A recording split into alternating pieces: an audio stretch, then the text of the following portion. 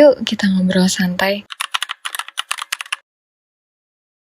Kenalan singkat dulu, aku Namira. Selamat datang di ruang belajar aku, tempat dimana kita bisa ngobrolin hal-hal random yang mungkin kamu sempat kepikiran dan kita sharing di sini. Karena ini video pertama aku mau langsung jawab satu titipan pertanyaan yang menurut aku penting banget dibahas. Karena ini sering banget ditanyain sama teman-teman yang lain. Jadi kemarin itu ada yang nanya, Kak, kalau mau belajar bahasa Arab itu sebenarnya harus mulai dari mana sih? Terutama buat yang baru pertama kali punya ketertarikan. Oke, kalau kalian nanya ke aku harus mulai dari mana?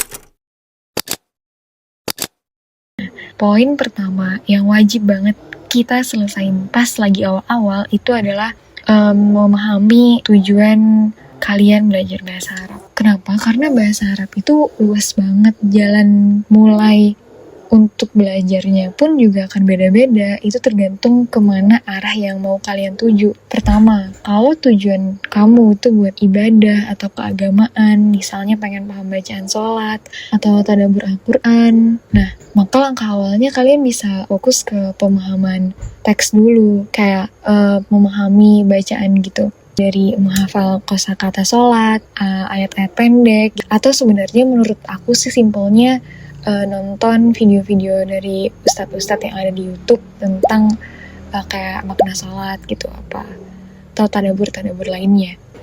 Yang kedua, tujuan kedua, kalau misalnya kamu itu orang yang tujuannya itu buat karir atau akademik, misalnya nih, kamu mau kuliah ke Timur Tengah atau kerja di instansi formal. Nah, di sini kalian harus seimbang, ngelatih 4 keterampilan dasar atau kita nyebutnya maharah gitu kan. Ada membaca, menulis, mendengar, dan berbicara tentunya. Kalian bisa mulai dari bahasa Arab standar, modern, atau fusha.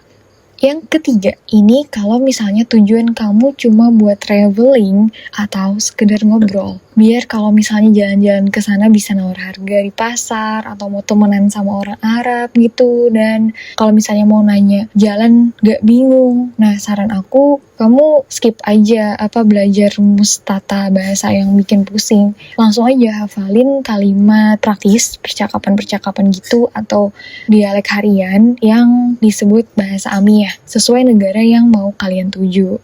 Jadi logikanya beda tujuan, beda juga kan cara mulainya. Nah, selesai tujuannya udah jelas, kita masuk ke poin kedua yang gak kalah penting. Tapi sayangnya sering banget dilewatin sama banyak orang, yaitu evaluasi diri kita sendiri. Coba diem bentar deh, kayak kenali dan kayak jujur aja ke diri kita tuh tipe yang mana sih sekarang.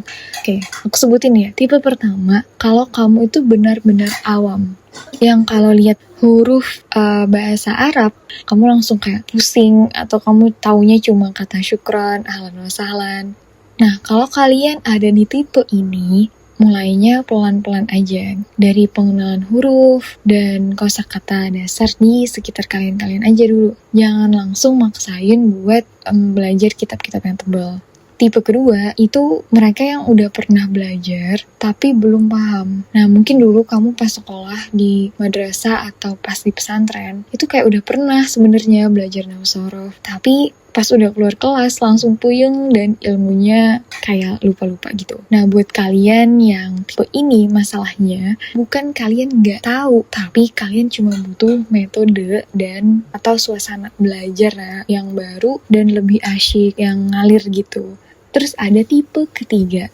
Nah, kamu yang lagi belajar tapi males-malesan. Istilahnya, misalnya nih, kayak minggu pertama semangat banget beli buku baru, langganan aplikasi belajar. Masuk hari kelima udah males dan bukunya cuma berakhir jadi pajangan estetik dir. Kalau kamu tipe ini, kalian gak bisa belajar sendiri. Kalian butuh temen belajar atau masuk ke komunitas biar ada yang ngingetin saat malasnya kumat.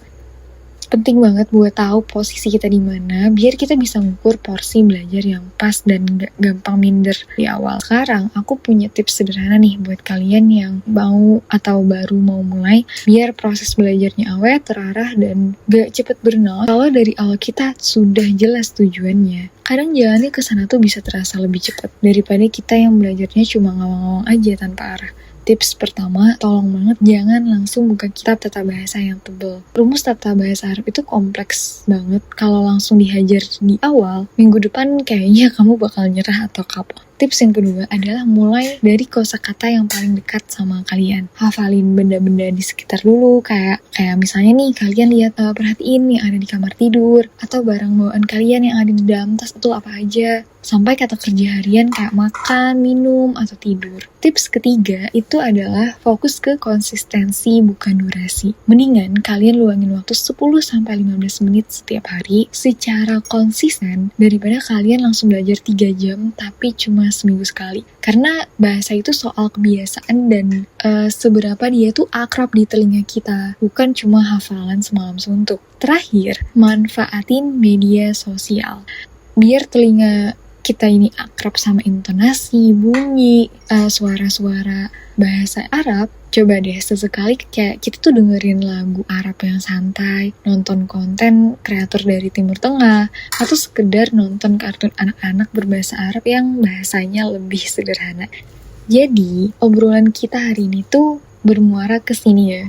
Coba deh nanti malam sebelum kamu tidur, kamu mikir, apa tujuan kamu? Kamu tipe yang mana sekarang? Dan udah siap belum buat mulai langkah kecil dari yang kita bahas tadi?